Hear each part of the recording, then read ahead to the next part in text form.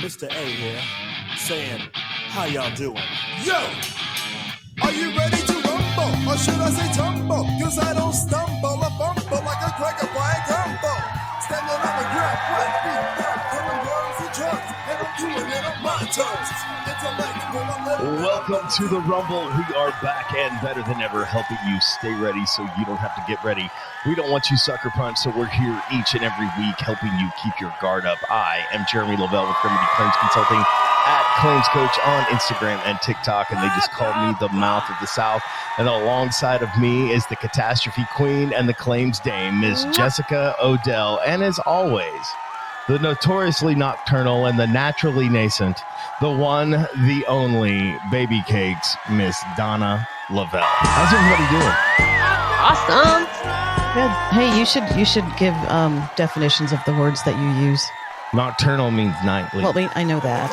Okay. Nascent means you are just now beginning to show signs of your full potential. Oh, cool. So you should have those ready. Yeah. Okay.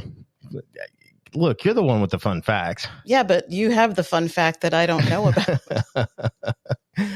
I'm not trying to not steal your thunder. Speaking of fun facts. Oh, hey, I have some fun facts. Fun Facts with Baby Cakes is brought to you by Inc., the best way to get paid after a property claim. Inc., save time, get paid. I want to tell you a story that starts in the late 1880s in Paris, France. There were some people walking by the river Seine or Seine, I guess that's how you pronounce it. Mm-hmm. They come across a body floating in the river. So they go, the lady apparently drowned. So they go and fish the body out. That's what I would do if I saw a body. Is go mess with it, go play with it. Yeah, that's the first thing on the top of them. Not scream for help. Well, they didn't know she drowned until they pulled her out, I guess. Okay. So they find her and they pull her out.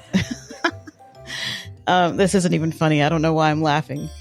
Because you're making me laugh. Sorry. Okay. So they pull her out and they bring her body to a morgue in Paris. And the pathologist is taken very off guard when he sees her face because she's almost smiling and she looks very peaceful. So he decides to create a plaster death mask of her face. And it ends up being a mask that becomes popular for people to wear. In 1958, two inventors, Peter Safar and Asman Lernoff, decide to use the mask on their new creation, which makes it become the most kissed face on Earth. Their creation was the CPR dummy. Oh. So that's her face. You know, there's an episode of The Office that I love. Where Dwight cuts the face off the CPR dummy and thinks he's Hannibal Lecter. Yeah, I have a joke to make up for that, for the fun fact that I stumbled through. Oh, well, you didn't stumble at all. I thought you did great. I mean, if we were on TV, we would see the dead body floating in the river and then just scream and we would go to commercial. So we could go back and do it again, and that could be fun. Now, did you hear about Elton John's pet rabbit that he used to take to the gym? Of course I heard about his pet rabbit that he took to the gym, but what did you hear about it? It's a little fit bunny. Okay. Now you know knowing is half the bullshit. Well, I wish I knew less sometimes.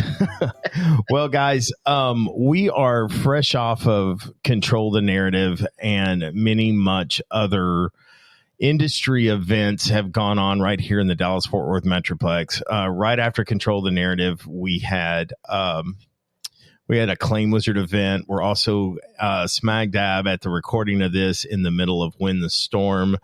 I realize you guys don't hear this till just about a week afterwards, but man, it has been a whirlwind of things that have been going on. But today's show, actually, I am going to throw the keys over to my lovely co-host and also the person that helped me teach Control the Narrative. It was really a lot of fun. Jess came in and taught on the Final Demand.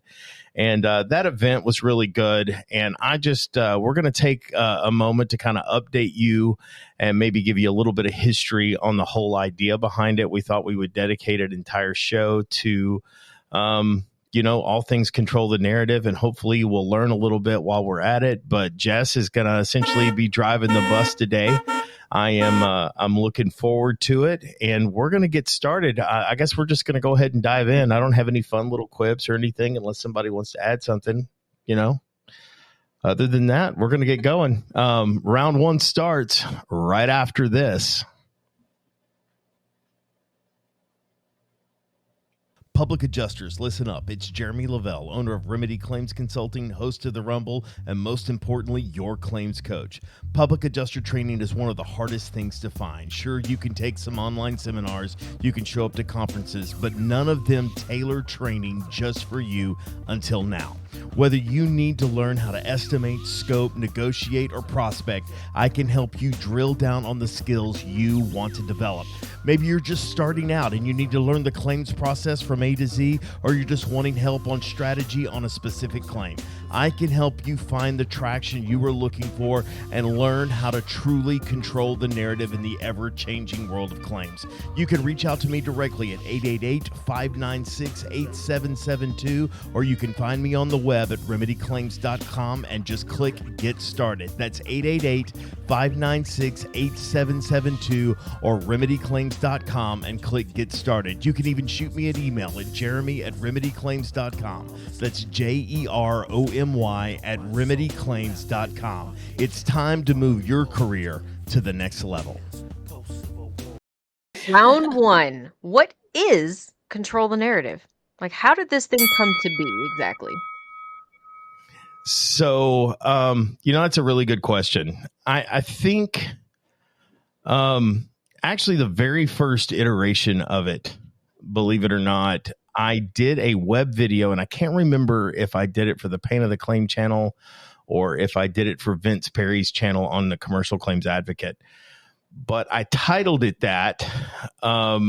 And essentially what it was just kind of how I saw the claims process. And I think you can either look on the Pain of the Claim channel or on Vince Perry's channel and find a video entitled Control the Narrative. I'm not real sure where it's at. If one of you wants to dig into YouTube and figure out where it might be, we might even be able. It's on Vince's. Is it on Vince's? I know it's on Vince's channel. So, if it's on Vince, that's who I did it for, because I was doing some videos for Commercial Claims Advocate for a while. Maybe we can drop that link in the description and you can go check that out. But that was really kind of the first thing, and I just kind of talked about it. Was really mostly centered around documentation, and that is where. Because that's basically how I learned. Everything that I learned was centered around documentation. And when I was being trained as an independent adjuster, before we had a job, we were threatened with our job. Like if you couldn't prove it, then you were going to get sent home and you were never going to be rehired again. And all of this effort that you've learned to become an adjuster is just going to be all for naught.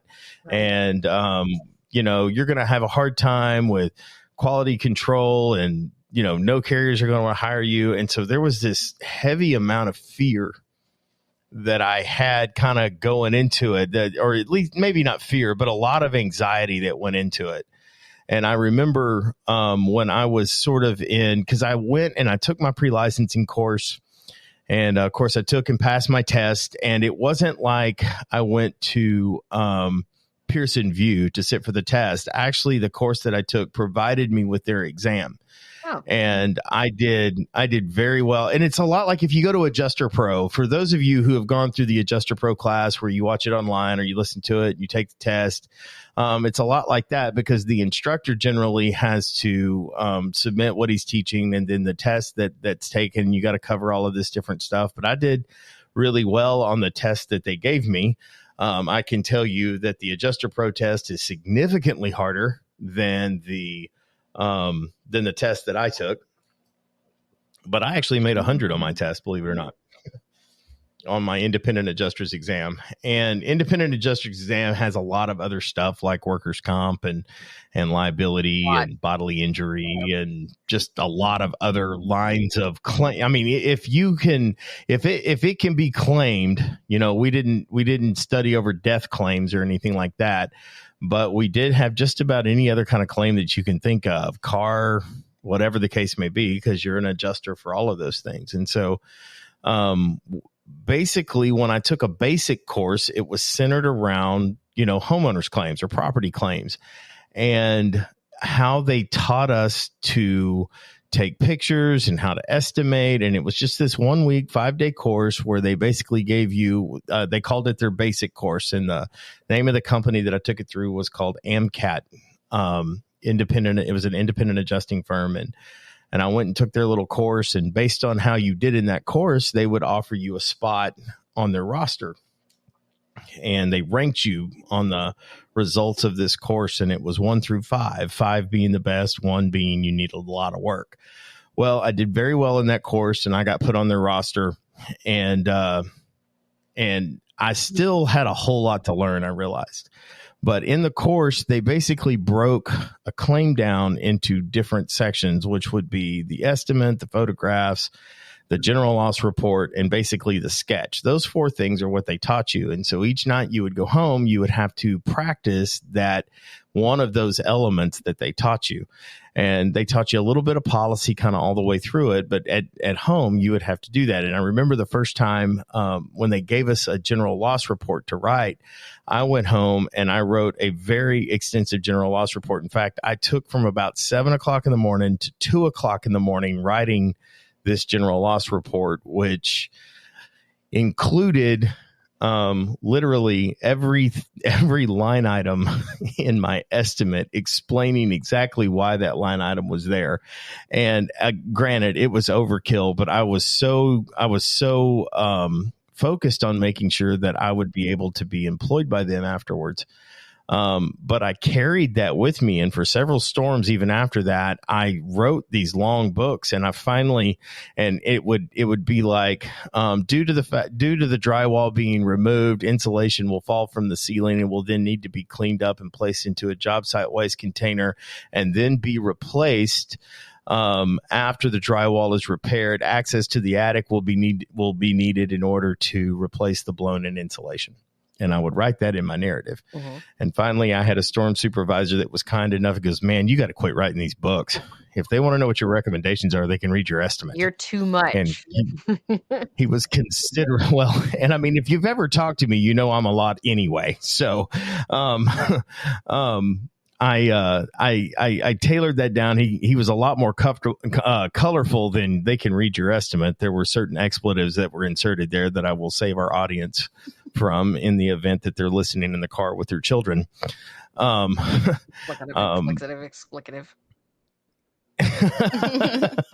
So I began to reform it, and it was from really that point in time that I realized how important not only documenting like with photographs, but documenting my reason and why I was doing what I was doing. Now, I wanted to be able to explain that. And so the very first thing that they taught us in that course was how to photograph, arrange those photographs, and caption and label those photographs. And I was very anal about the thing. You know what I mean? I wanted to make sure that I was using the proper professional, technical vernacular that made me appear to be professional in what I was doing. I don't ever take just a picture of the living room and go living room. I would say overview of the living room. At one point in time, I was overview of the living room from the northwest corner, and I finally dropped that off. And go ahead. So sorry, I'm probably. So you've gone through this. You've been feared or fearful that you'd lose your job, right? Or that you wouldn't have more detail claims. Mattered to me. Yeah. I just wanted to be able to be employed. So I took all of this necessity for detail, and I really took it to heart. And it basically informed how I was going to approach claims for the rest of my career and how I still approach claims, right? I taught things in Control the Narrative just this past week on that I learned right there in that class, right? And again, over the years, I have expanded and learned more and, understood more of, because I was taking overview pictures, not realizing even what all needed to be in that picture. I knew I just took it from one corner and I wanted to take a catty corner to the other corner. And so that I was getting as much information as I could. And so that attention to detail mattered to me. And so in the first iteration of Control the Narrative, I realized that many contractors and public adjusters never went through this adjuster training. And so what I wanted to do is just offer that there was a way to do this. Go ahead. To be clear, independent adjusters are not being trained this way anymore. Oh, right. Yeah, that's clear. As best as I can tell, based on the work product that I'm seeing, they're certainly not threatened like I was. I can say for sure that they're not being threatened the way that I was. I think the main focus with independent adjusters is getting it turned in quickly. I think that that's their primary focus at this point in time. And I'm not even sure they're paid the same way that I was. I was paid based on the size of the claim that I wrote. We were on tiers. And those of you who came from the independent adjusting world are still in the independent adjusting world. I know that they've changed it. If they're still paying you based on the tier system, it's probably much lower now than I was being paid 10 and 12 years ago.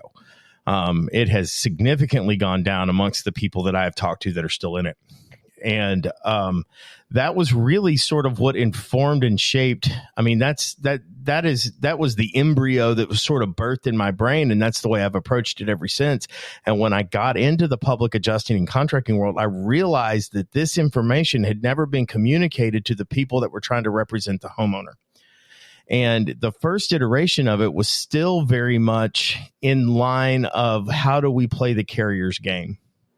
And how do I make sure that when they see my report, it is being graded at a level compared to what the independent adjuster maybe turn in? I was still leaving a lot of the decision-making power in their lap and in their hands. And over the past 2 or 3 years, I realized through my own application of what I taught or what I'm teaching now, that there was a much better way to do this.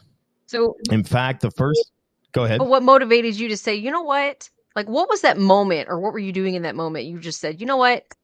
It's me. I'm going to do this. I'm going to put this together. I'm going to call it this. Like, what served as that inspiration to just put you right over the edge? Really, I'm not saying I'm the first person to do this or the first person to think about this. What I am saying is that it dawned on me all by myself. And there's a program out there called Sumo Quote that I use to put together like this entire full report. And it included my proof of loss, my estimate, all of my documentation, the sketch, photographs, labeled, the whole 9 yards. And I turned it in and I did this 3 different times. And all 3 times, and one of them is what's known as a very difficult carrier today that a lot of people don't like. All 3 times, they didn't even come out and inspect it. They just wrote a check for the full amount of my ask. And I was like, okay, I've got something here. And that is really and truly what began to inform me. And I literally dug into the policy and realized that the whole idea behind a claim, and I'm using other people's words now, is a claim is a demand for payment, and realizing that demand has to have some weight behind it. It can't just be a phone call to say some bad stuff happened to me. Right. And as I began to learn a lot more now, since I even began this and tried this for the first time, things have become considerably more contentious, because this is, even when I first did this was prior to the pandemic. And it has significantly changed a lot since then, and the cost of insurance and their comparative ratio or their loss ratio on, for every dollar of, and basically that ratio states this, for every dollar of premium they take in, they're spending $1.01 in claims, or whatever the case may be. So they're spending more in claims than they're collecting in premium. So, but understand this, insurance companies make money on things other than premium. Let's be clear about that. Many of them are publicly traded. Okay. Many of them have stockholders that they deal with. Many of them have other interests, and homeowners and auto is just one line of what they carry because they have bonds. They have, some of them even have, lines of health insurance. I don't even want to get into life insurance that is attached to different variable opportunities within, the stock market, mutual funds. And so they're bringing in a fair amount of money on other lines. So that it's not just because they're having to pay out $1.01 for every dollar of premium they take in on homeowners. They're making lots of money. It's just a line of business or a line of effort that they have here that is not as profitable. But we all have loss leaders, right? Every one of us, everyone that's running a business has something called a loss leader. And what the insurance companies do, and I realize insurance companies want to be profitable in every line of business. And it was in that original Control the Narrative. And even before I did this for Commercial Claims Advocate, I did something called Insurance is a Product, Not a Service. And I've said it 1,000 times on this show alone, that insurance is a product, not a service. But what they're sold during cute commercials at the Super Bowl or while they're watching 60 Minutes or, during a football game, they're sold that insurance is a service. And in fact, the way that you grade the service is how quickly they write you a check. And that is a scheme of the carrier to fool you into thinking that they're handling your claim properly when it's not proper. It's just simply quick. And most people grade their insurance company on how quickly they pay a claim. And because these things happen so quick, it even affects the way contractors think when you get a public adjuster involved in the amount of documentation that we provide in order to take a claim from $15,000 to $180,000 and what all of that work is to be done. And even though that they understand that there's a distance to be carried, this is a whole new undertaking. And so that's essentially where it came from. And how it came to be, because I simply boil it down into this one sentence. I knew that if we were ever going to get anything, we had to quit playing defense and start playing offense, because we are the ones and the homeowners are the ones with the demand for payment and the claim. It's their claim.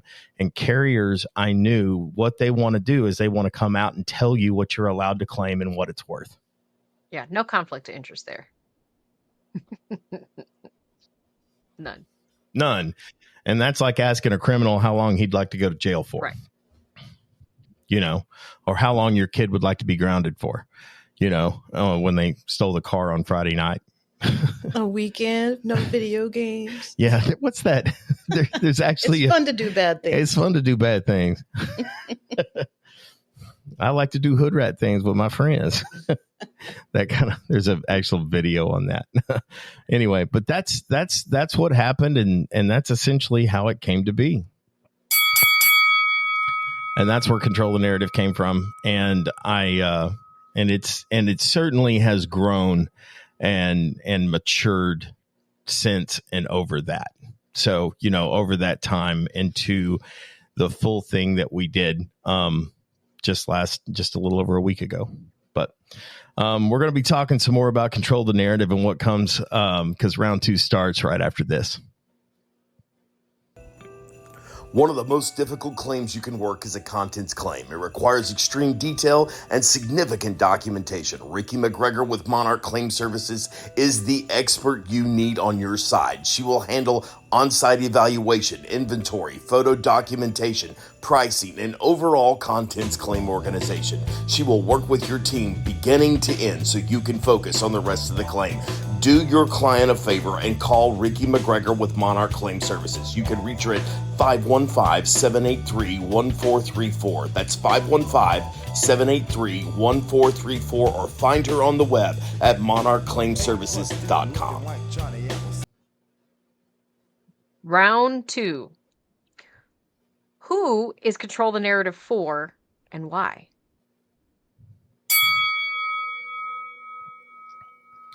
Well, Jess, I guess first would you be, sat in the class. Yeah, I was gonna say. I guess first it could be like, what professions maybe would benefit from Control the Narrative?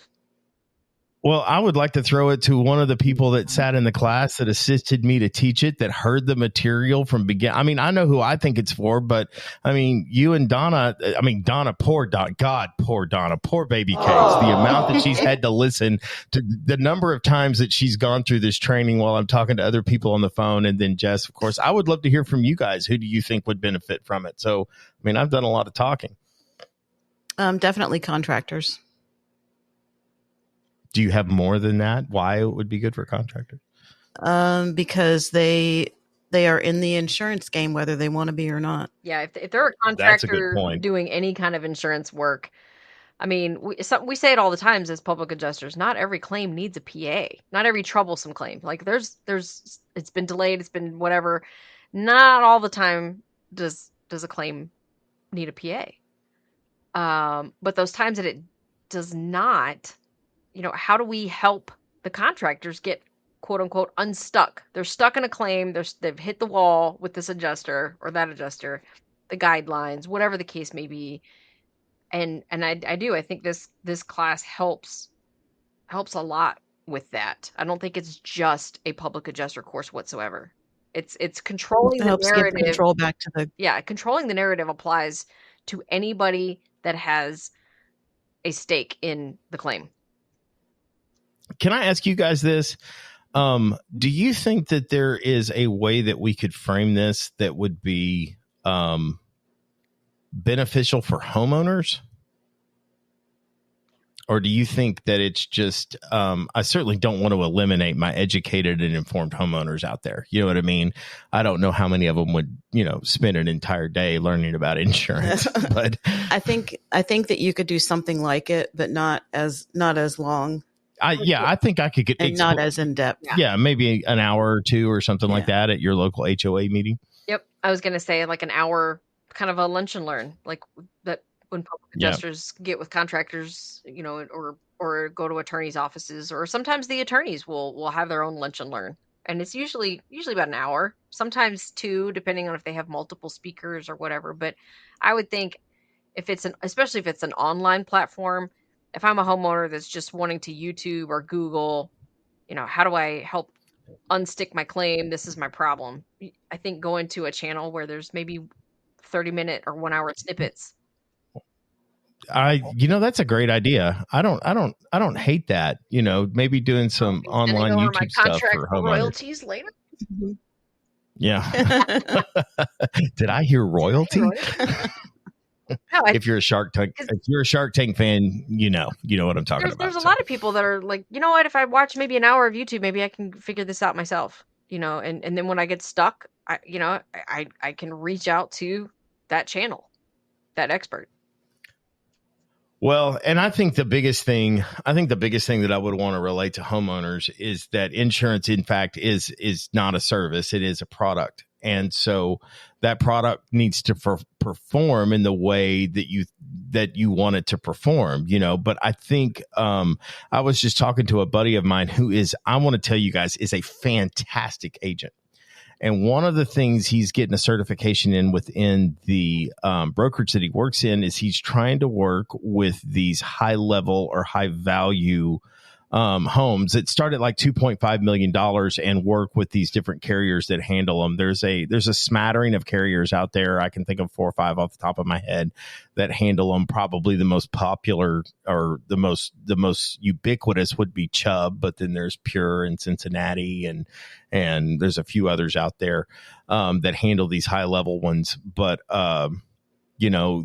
he was sitting there and he was asking me some just general questions about policies and endorsements. And he said, I have sat in hours and hours and hours and hours of training, and no one has ever told me what you just told me. And he goes, what you tell me makes complete and total sense. Now, there's a level of my ability to explain some things that may be better than the instructors that he had, but they're not even breaching the subject. And so I would dare say, for you guys that are brokers and agents trying to keep your clients in a very tough market, it wouldn't hurt you maybe to dial into that YouTube channel and look at some things. And maybe I can start doing some stuff there. So I think I'm getting into round 3 stuff now. But anyway, when you do anything, you kind of hope that you're doing all things for all people, but you don't always, you can never pull that off. So, who else do you think it would be for, Jess, after sitting in the class yourself? And you've worn many hats in the claims arena, right? Yep. You've worn many hats in the different things that you do from an operational standpoint. I mean, of all the things that you've done, who all do you think it would benefit? I think it benefits the new public adjuster that just went and got their license and they're like, okay, now what? Because, the license only teaches you about policy. It doesn't teach you about the actual claims process and how to process a claim from start to finish. This does help. It does go from, we talk a little bit about intake, right? Customer service and all that, the interview of the client. And then you even talk about the adjuster interview, which I thought was genius in terms of controlling that narrative. And then you walk it through the field. I guarantee you even some seasoned PAs took away some nuggets of information from, doing an inspection. And then the desk adjusting side, which is the part that I find a lot of public adjusters hate. You do cover that, and you do explain. I hate the desk adjusting. I hate that part personally. I mean, the part that I like is the sales. I like the initial investigation and the conversation. Yeah. That's the part that I really enjoy. You know what I mean? As a public adjuster, that's the part that I like, figuring out and basically the development of strategy. Mm-hmm. That's what I like to do, and then turn my team loose on it. That's what I like to do. I mean, that is literally I get chill bumps thinking about, I have chill bumps right now. Yeah. Yep. There they go. Right down my shoulder. There we go. There they are. Okay. Anyway. So I think in terms of level of experience, I think there's a little bit for everyone to gain to get out of that. And then, bringing in some of the guest speakers, Inc., Steve Patrick, the attorneys, and letting people hear straight from their mouths as well in their lanes and their roles and responsibilities within the claim process. I think too that made it very, like, literally something for everyone in that course.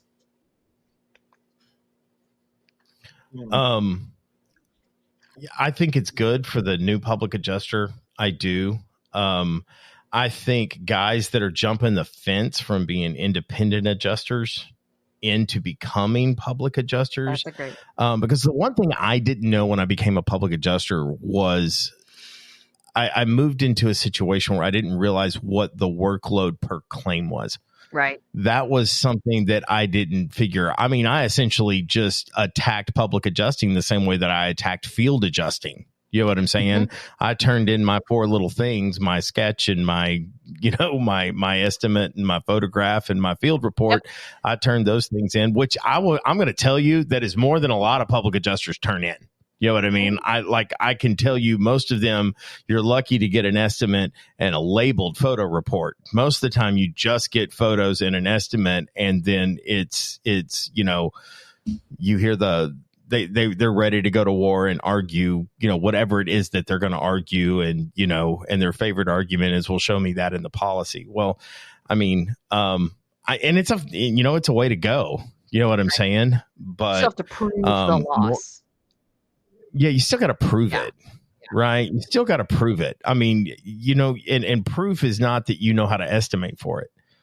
There's just more to it than that. And that was the thing that I wasn't prepared for, because as an independent adjuster, while I thought that I was proving the loss, do you know what I mean? Like, I honestly went out there, and my heart was towards the homeowner. I had homeowners tell me when I was working up in the Northeast, well, my son-in-law told me I should hire a public adjuster. And I straight up told him, I was like, you don't need a public adjuster. You got me. Right. I have no interest in saving this company money. None. You know what I mean? In fact, I'm paid based on the size of the claim that I have. So point at whatever you want to point at. I'm here to make sure you get paid for stuff. I was also very open with, there are certain things they let me do. There are certain things they don't let me do. You know what I mean? But there's also something called the supplement process, and I was very open about my decision-making power, that there was some things I could do and there were some things I couldn't do. But I mean, I would tell everyone, of course, my opinion of public adjusters when I, first started was very low, very, very low. Imagine. I thought that they were all snakes. And I remember if it weren't for a public adjuster, I don't think I would have learned how to scope, believe it or not. And it wasn't because the public adjuster taught me how to scope. It was because the public adjuster, when I met with him on site, was pointing at all of this stuff. And my only prayer was to write it all down. Mhm. Do you know what I'm saying? And I was very aware that there was somebody that was going to be grading my estimate. Very aware, and even when I was an IA, when you wrote your field narrative, one of the very last things that they ask you is there a public adjuster involved? And most of the claims I worked as an IA did not have a public adjuster. I can count on maybe one hand the number of times I ran into one in the field. And this includes hurricanes Right. in Florida. You know what I mean? I didn't run into a ton of them. And, that was the one thing that they wanted to know, because often that informed the carrier what desk adjuster they were going to assign it to. You know what I'm saying? Because they'll assign it to the field, and when it gets turned in from the independent adjusting firm, it then gets assigned to a desk adjuster. And based on the information that you've got and the estimate that you have, will determine the desk adjuster that you get. Now, different carriers do different things. Like there are people like USAA used to have the desk adjuster and the field adjuster was the same. Travelers still does a lot of that. But anytime you have a catastrophe and they hire catastrophe adjusters to come in, most of them are field adjusters and they're there to just take pictures. And I cannot tell you guys enough, in the realm of, what you should be doing is you should be demonstrating the damages. Don't just cut them loose. And in fact, I mean, years ago, I counseled a contract, just let that field adjuster do what he does. He knows what he's doing. Just let him. And I had way too much faith in their desire to do the right thing. And I realized there was a real problem when I started reviewing files and started working. I worked for a contractor that was involved in the programs, the managed repair programs. And I saw some of these things that would come in from some field adjusters that were just, oh my gosh, terrible. Yeah. Terrible. It's crazy. Well, because they bring in 18, 19, 20-year-olds out of nowhere. They train them for what? A day? A week, 2 if days they're at lucky. most? Yeah. Oh, I guess for her. Yeah, basically what they train them on, what they get is onboarding training. You know what I mean? They don't really get execution training. They get, this is the system that we use. This is how you upload your files. These are the things that you need to upload, and that's pretty much it. And you get a definition of what your photo report is. You get a definition of what your general loss report. That's what they call the field narrative on the carrier side, is a general loss report. Sometimes you're lucky enough to get a template. Some carriers only require you write a little blurb, basically found damage to the living room and the roof. And that's all they'll write, and that's it. You know what I'm saying? And what I have found more and more is they're really not training adjusters. They're basically teaching them the guidelines of, if damage looks like this, then you write for it, but you write only for that damage. You don't write for any ensuing loss. Right. And that's basically what they're being taught now, is you write for the damage and only the damage and none of the ensuing loss that could happen. So, and a lot of that is based on the results that they've gotten from hiring people that don't know a ton about construction. You know what I'm saying? Like, Right. And because a lot of them are not paid based on the size of the estimate, you get a lot of spot seal and paint, because that is just a quicker thing to estimate for, rather than the 6 line items it takes to actually perform a drywall repair. Right. You just spot seal and paint over it. And that is why, as far as who's it for, field adjusters coming out of what's being trained now, because I know and talk to, and Jess, you probably do know and talk to independent adjusters that are absolutely horrified by what they're doing to people, especially ones that really understand the construction. They're horrified by what they're doing. And back when I became an independent adjuster, the money was super good. It was kind of almost like life-changing money. I remember for Hurricane Irma, we were getting $700 for getting out of the truck per claim. That's amazing. Wow. 3 or 4 claims a day. I mean, yeah, I used to say that's stripper money, you know. Hey, make it rain. Stripper money. Money I was never going to make. So As a stripper, anyway. So it sounds like folks that are just getting into public adjusting, this is good. This is good for them. It gives them a good foundation. And then it sounds like for Yep. contractors who are maybe just fed up with hitting the wall with claims, but still have a little bit of fight left in them to go through this class. And Well, it's how they built their business. I mean, their business is built around working claims. Let's face it. They're claims professionals, and no bones about it. Yep. But the idea that I teach contractors, and it's a little, I will at some point go, okay, public adjusters, you do this, and okay, contractors, you do that, when I've got kind of a mixed crew, because what the contractor does needs to, at a level, inform what the public adjuster's doing. Do you know what I'm saying? It's not like if you're a public adjuster, you handle it this way, and if you're a contractor, you handle it this way. That's really not what it is. It is a phase. So there is the contractor phase, there's the public adjuster phase, there's the appraiser phase, and then there's the attorney phase. And what do we hope? We hope it stops at the contractor phase. Wouldn't that be handy? Right. I mean, I remember when it used to stop at the field adjuster phase, right? These are all phases that happen. So, these are phases that happen within any given claim, but let's make no bones about it. We have to help our homeowners play offense because they are trained and indoctrinated and propaganded to death on let the insurance company tell me what to do next. We're going to get into some upcoming plans and vision casting in the next round. Guys, I hope you're enjoying this episode. This next one is going to be a little bit of fun to talk about, and I'm going to lean on my people around me here on the show that have been a very big part of making all of this happen. Round 3 starts right after this. Are you a public adjuster, insurance roofer, or part of the restoration industry looking to streamline your first-party claims process? Let me introduce you to Claim Wizard, the ultimate tool that transforms the way you handle claims. Claim Wizard is designed with your unique business needs in mind. It offers a comprehensive suite of features that makes managing claims effortless. With its intuitive dashboard, you can easily track and manage every aspect of a claim from initiation to settlement. This powerful platform supports document management, automates workflows, and provides real-time updates, ensuring you stay ahead in the game.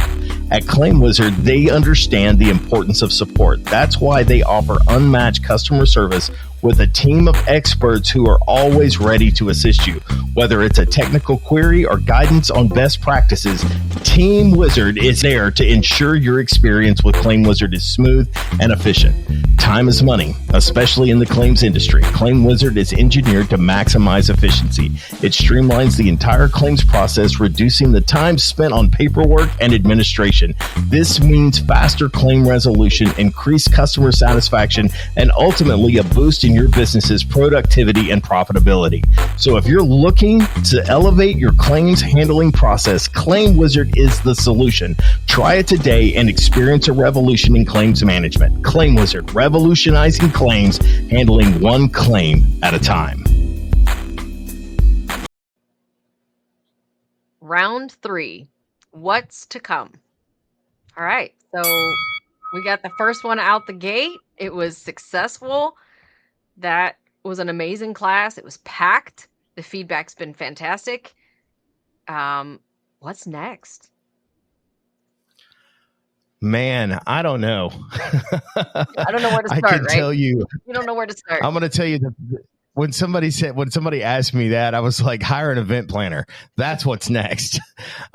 It took so much. It really took so much out of me, and I could not have done it without Baby Cakes. I mean, she essentially, so I just want everybody to know exactly, while she sits in the back and she doesn't say much, whether it's on the show, I want you to know the entire landing page at remedyclaims.com/training was produced, designed, and implemented and launched by Donna.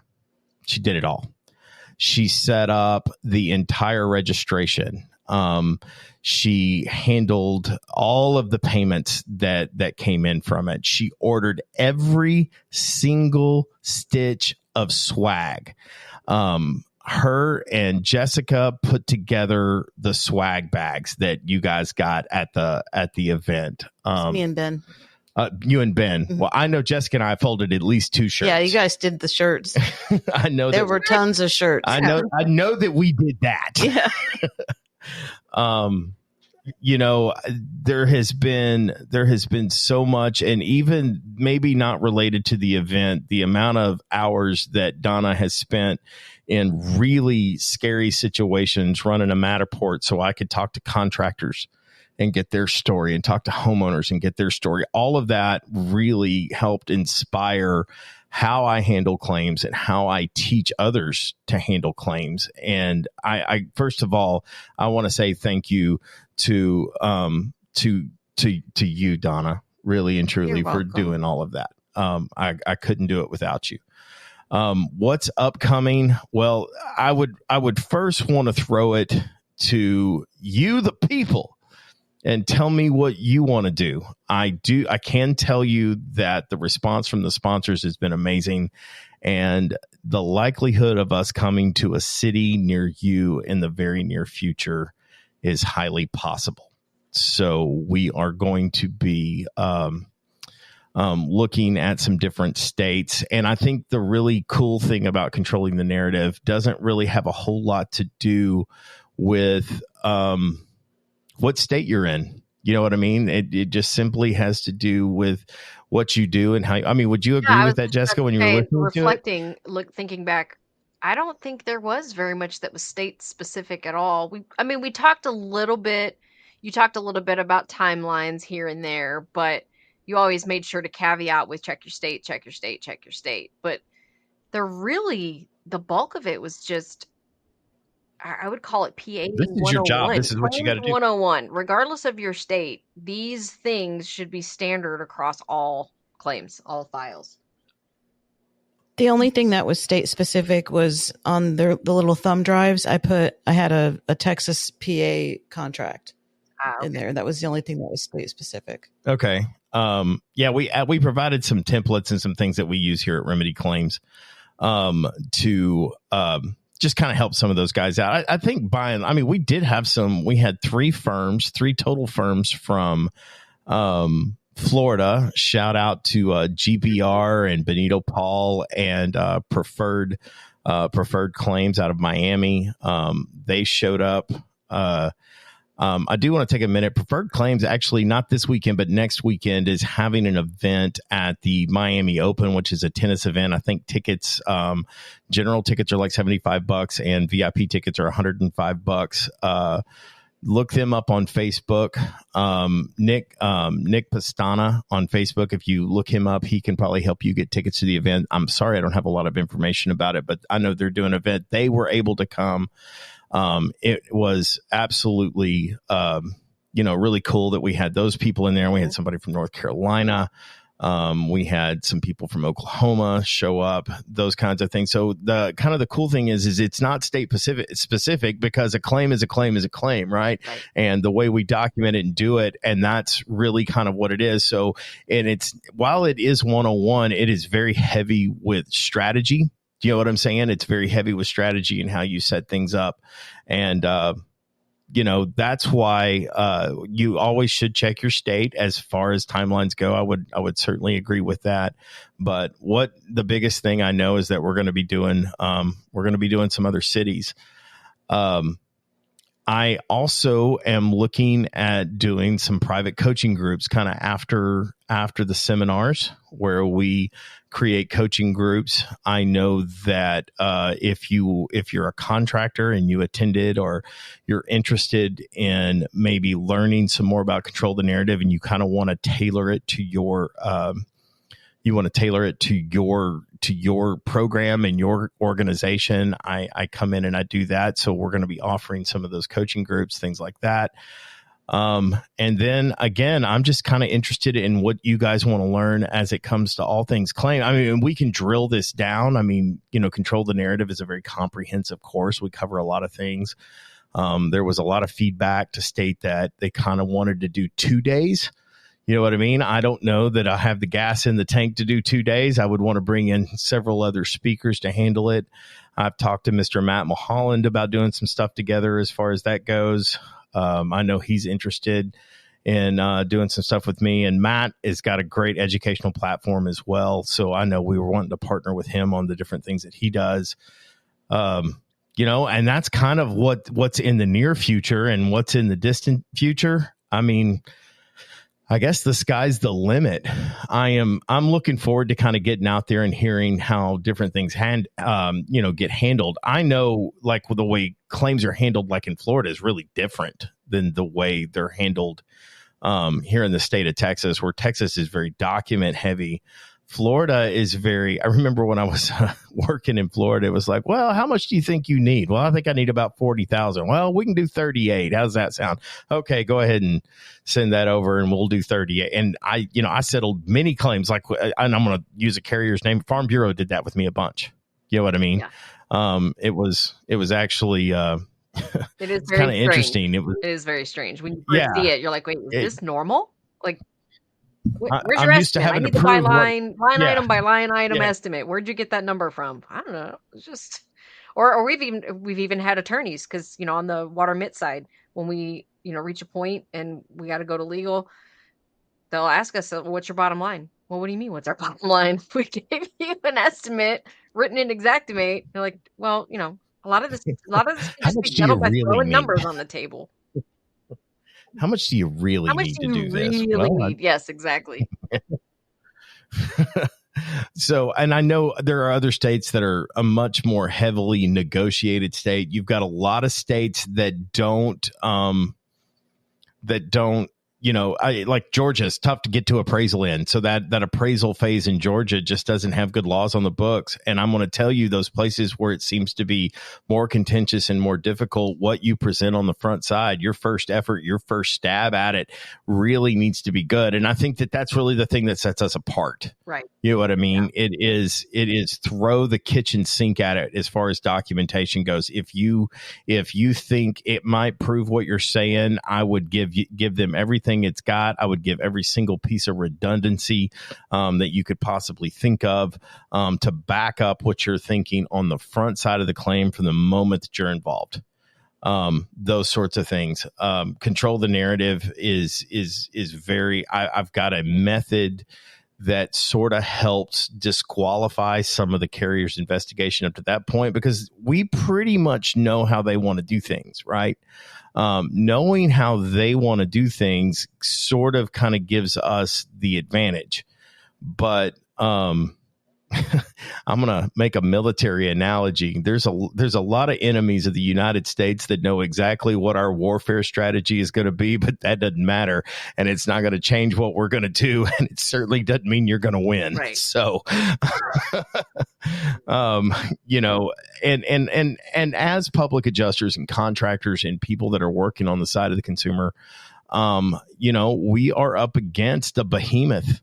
We really and truly are. And sometimes it doesn't even feel like we make a dent in what's going on. And I think one of the primary things what's going to come for public adjusters is I really want to create a community of, not just encouragement and emotional support, but a place where you can get real information. And that's the whole reason I even do the Rumble week after week. And coming up with different things to talk about. And, we have not had just a whole lot of comments. I know a bunch of people listen. You know what I'm saying? I know that we have and I certainly don't think I'm covered. The numbers are there. The numbers don't lie. They're there. Yeah. And then also I kind of, when I have the opportunity to go to some of these, industry events. And I just want to say, I love our industry. It is so good to see those faces. I was at a reception hosted by Merlin Law Group last night, and just some of the faces, some of the Texas people I see, because when the storm's in town, some of the faces that I see, I met some new people last night. I met a couple of new contractors, and, one of the things that I hear by and large is the discouragement. I hear that frustration come out, and if nothing else, I want to be a sounding board. There is nothing that I can do that solves the actions of a bad actor. Right. You know what I mean? There is absolutely nothing that I can do that teaches you how to make bad faith good faith. I just can't do that. You know what I'm saying? And all we can do is provide. And that's what I think I do with Control the Narrative. And what I want to kind of focus on is making sure that we do it right. And I know that there are people like Jack Hanks and United Claims Professionals and everybody that's involved with them, and the FAPIAs and the TAPIAs and the APIAs and the NAPIAs and all of those people that are really trying to raise the integrity of the industry. Right. That all of the different contractor associations, God bless each and every one of you guys, all of you influencers out there that are essentially just trying to raise the awareness and raise the education level.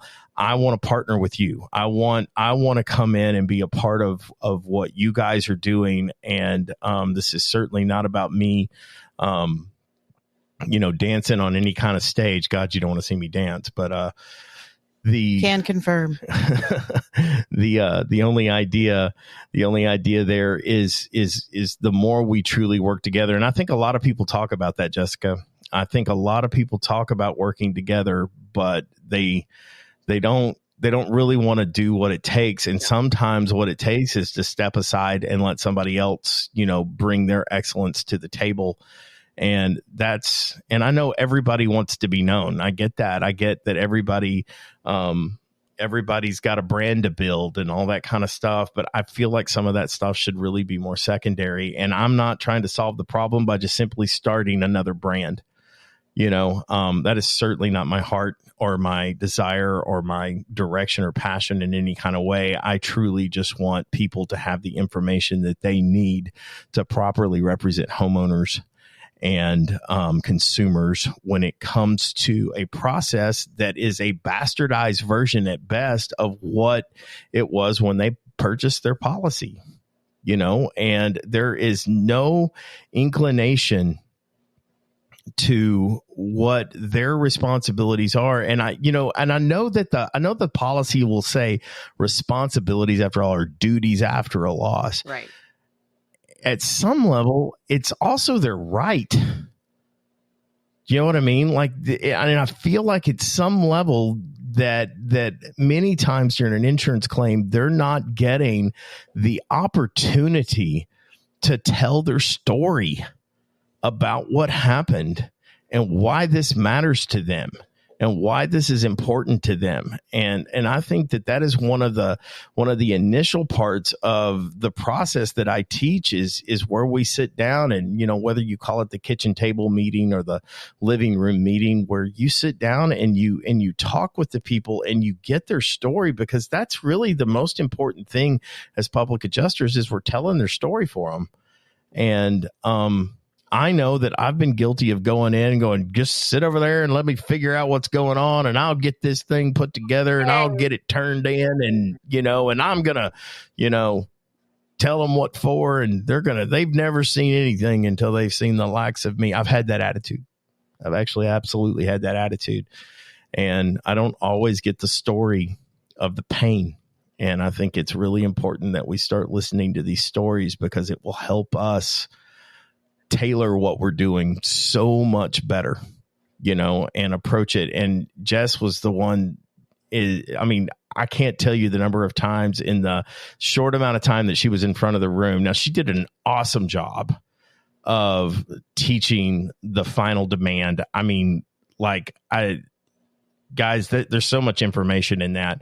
Good news is it's all been filmed. I'm not real sure how we're going to use it yet. It has been filmed. We did get the whole thing on video. The thing that I would tell you is that when she was teaching the final demand, one of the biggest things that she said, and I even think you said it from the back of the room, guys, have some empathy about what's going on here.